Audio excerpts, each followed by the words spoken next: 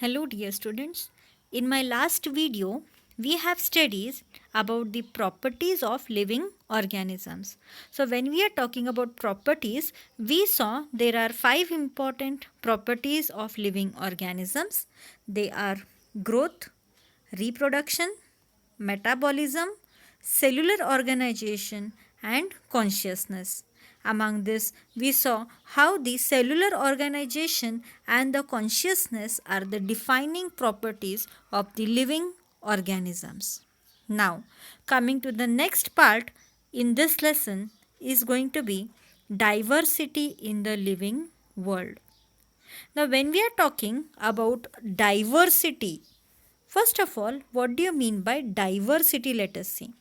So, diversity or the biodiversity is nothing but the number and types of organisms present on earth are called as or referred to as biodiversity. There are numerous number of organisms present on our earth. You can see many examples even in your surroundings. Maybe the different type of insects or different type of animals, different type of birds, different type of plants. In this manner, there are a variety of organisms present in our surrounding. This number and types of organisms present on our earth are called as the biodiversity. Then how many number, or when we are talking about, when I say numerous number, how many numbers are present on our earth? How many varieties of organisms are present on our earth? As such, we don't know the exact number of organisms present on our earth, but we have described around 1.7 to 1.8 million species until now. This doesn't say that only this many are present, but these are the number that we know, or these many species are identified. So we say the number of species described, and these are not the number of species present. These are the number of species described is 1.7 to 1.8 million. Maybe there are many more species than this also, but we human beings only know these many numbers. So you can imagine the diversity that is present in our living world. Then, how to study this diversity? Or there has to be a method by which we can study these organisms or study this diversity, different types of organisms. We have to group somehow to study them easily. So that is going to be called as taxonomy. So taxonomy is nothing but it is the study of identification, classification and nomenclature of the organisms. Whatever variety you are seeing, to identify them, to classify them to the respective groups, and nomenclature, that is to name the organisms. To name the organisms, first we need to identify. Then we need to classify where it belongs. Whether it is a plant, whether it is an animal, we have to classify it.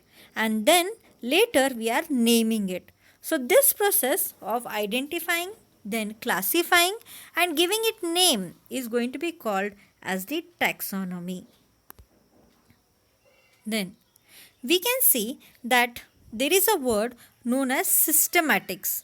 So systematics is derived from a Latin word systema, which means systematic arrangement. So here systematics is nothing but it deals with evolutionary relationship between organisms. How the organisms have evolved, from where they have come, what were their ancestors, that is known as the evolutionary relationship. So to study that evolutionary relationship, we are going to be using the word systematic, and the literal meaning of the word systematic is systematic arrangement. Coming to the next part here, there is a father of taxonomy or father of classification known as Carolus Linnaeus. And this Carolus Linnaeus has published a book or written a book known as the Systema Naturae. In this book, Systema Naturae, he has given the detailed classification of the organisms. At that time, it was very difficult for the organisms to be identified. But this Carolus Linnaeus was the first person who started this classification and even wrote a book on it known as the Systema Naturae. Then, what are the basic processes of taxonomy? So, here in the basic processes of taxonomy, there are four basic processes of taxonomy, or based upon what the taxonomy is done.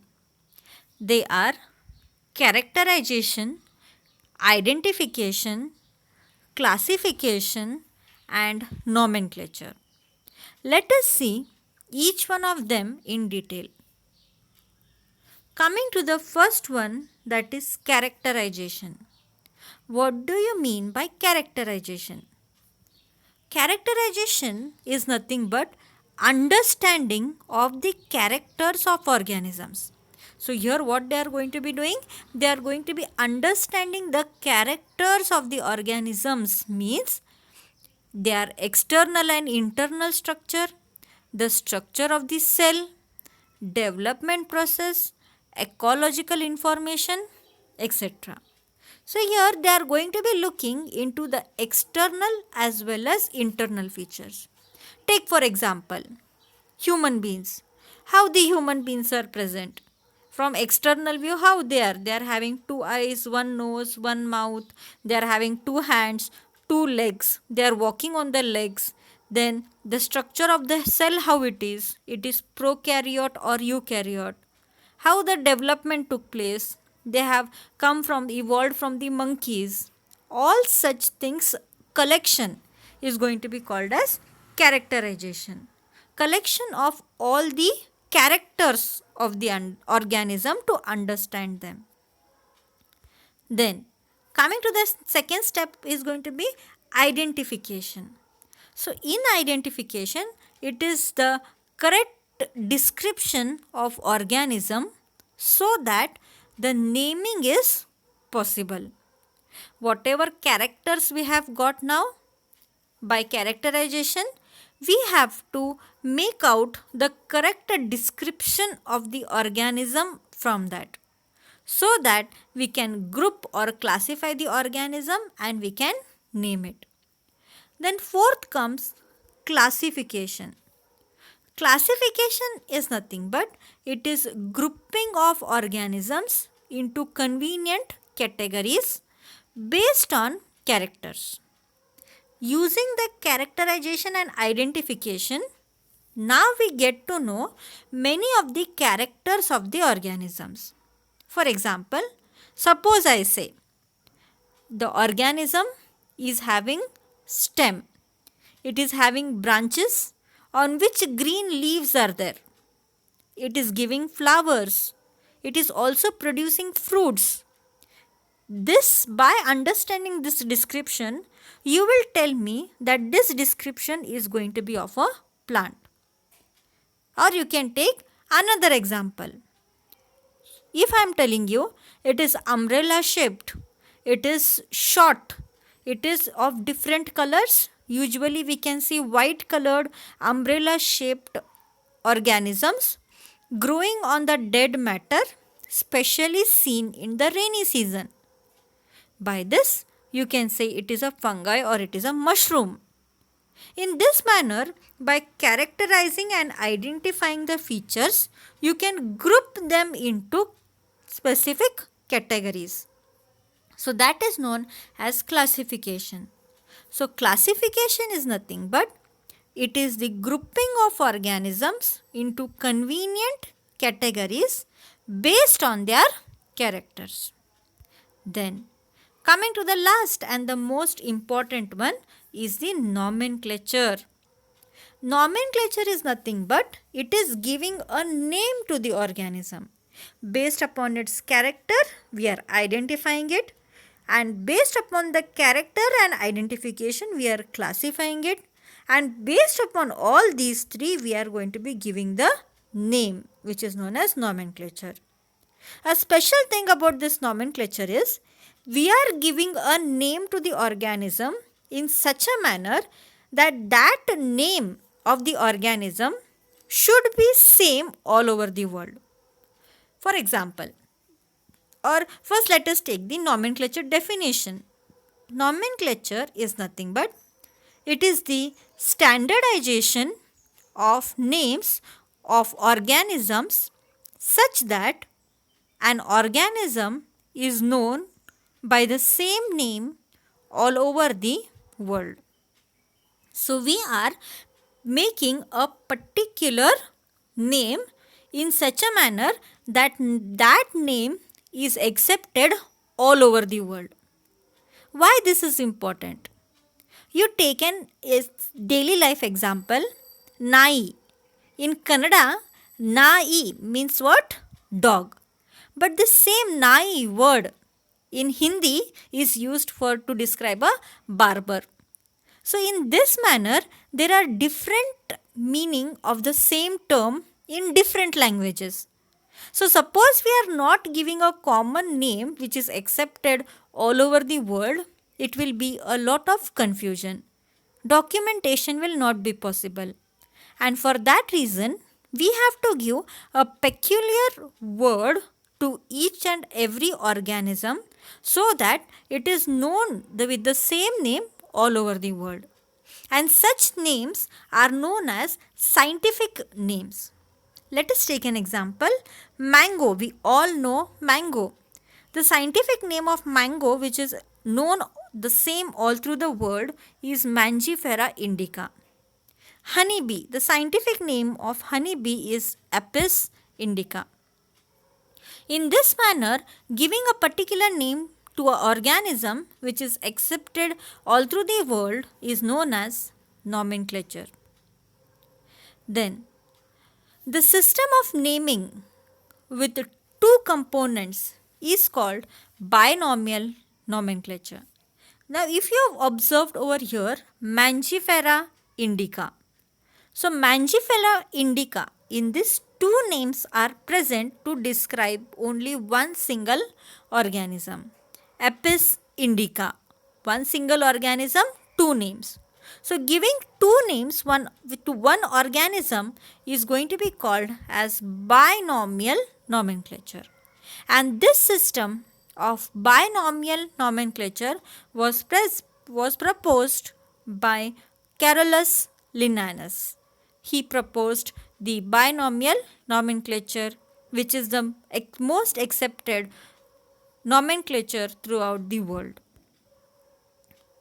Then, who keeps a record of all these names? Or there has to be some place wherein all these names are decided, documented, and passed on. So, there are going to be two committees, you can say, or there are going to be two organizations which are responsible for maintaining these common names all through the world. And those are, first one is ICBN, second is ICZN. ICBN looks after all the plant species, and whereas ICZN looks after all the animal species.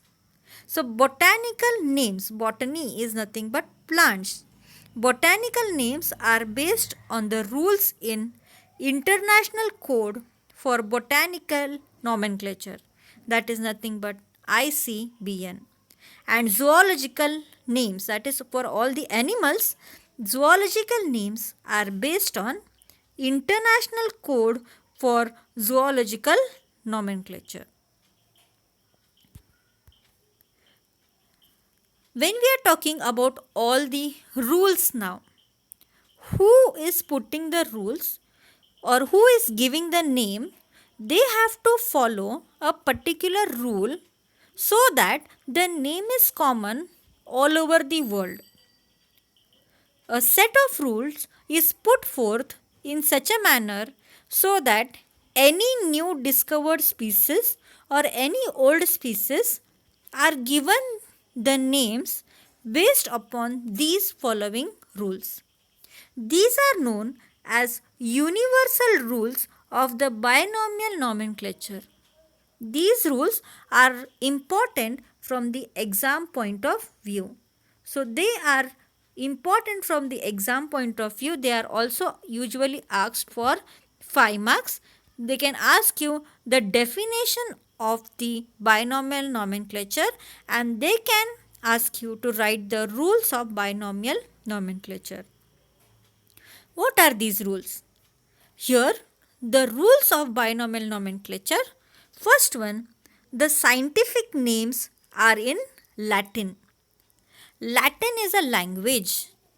All the species names are in Latin. And suppose even if they are not in Latin, they are Latinized. Their Latin meaning is going to be removed and the Latinized word is accepted. When written in the computers or when typed in the computers, they are written in italics format. And when they are going to be handwritten on a paper and pen, when using pen when you are writing, they are underlined separately. As you can see over here, example you can take mango. The scientific name of mango is Mangifera indica.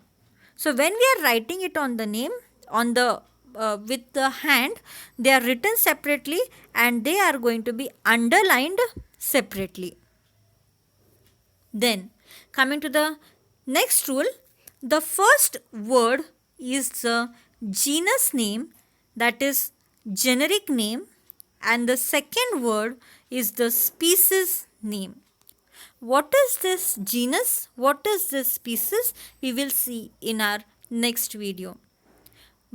Till now, you remember that whenever we are going to be writing these two names, the first word is its genus. It is showing the genus of the organism, and the second is going to be showing the species, to which species it belongs. It is known as the species name. Then coming to the next rule, genus name always starts with a capital letter and species name starts with a small letter. As you can see here, the capital letter is present for the genus and here the small letter is going to be present for the species. Always the genus name is written with capital and the species name is going to be written with a small letter. Then the author's name, that is who derived the species or who discovered the species, their name is written in abbreviated form. Abbreviated form is in a short form and it can appear at the end of the biological name. For example, here we can see that Homo sapiens. This Homo sapiens name was given by Carolus Linnaeus. So his abbreviation, that is Lin, is written after the genus and species name. In the same manner, here the Mangifera indica. It was also discovered by Carolus Linnaeus. So short form, abbreviation form is written over here. So these are going to be the rules of the binomial nomenclature, or based upon which the organisms are given the names which are acceptable all through the world. Once again, I will repeat the rules. First rule is the scientific names are always in Latin, or if they are not in Latin, they are Latinized. Second, we could see here they are written in italics format when written in the computers, and when we are writing it by the hand or handwritten, they are underlined separately. Third rule, the first word is the genus name and the second is the species name. Third rule, genus name starts with capital letter and species name starts with small letter. And last rule, author's name, who has discovered that author's name is written in abbreviated form at the end of the biological name. So you have to remember these rules together with these examples. So this is enough for today. In our next video, we are going to be studying the taxonomic categories. That is what the species and the genus you will be studying into the next video. We will see what is this taxonomic categories, what are these species and genus. We will see in the next video.